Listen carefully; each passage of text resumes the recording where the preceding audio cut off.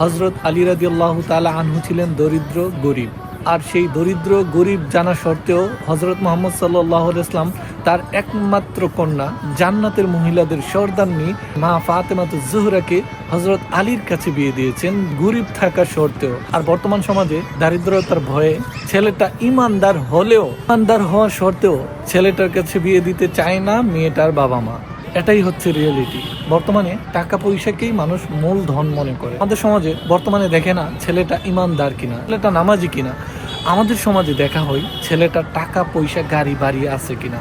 আমাদের প্রিয় নবী হযরত মুহাম্মদ সাল্লাল্লাহু আলাইহি ওয়াসাল্লাম চাইলেই কিন্তু পারতেন আরবের সবচেয়ে ধনী ব্যক্তির কাছে মা ফাতেমাতুজ জোহরার বিয়ে দিতে, কিন্তু সেটা করেননি। তিনি একজন দরিদ্র গরিব যুবকের কাছে বিয়ে দিয়েছেন। যাই হোক, আল্লাহ সুবহানাহু ওয়া তাআলা আমাদেরকে সঠিকটা বোঝার তৌফিক দান করুক, অনুসরণ করার তৌফিক দান করুক প্রিয় নবীজির আদর্শ জীবনীকে।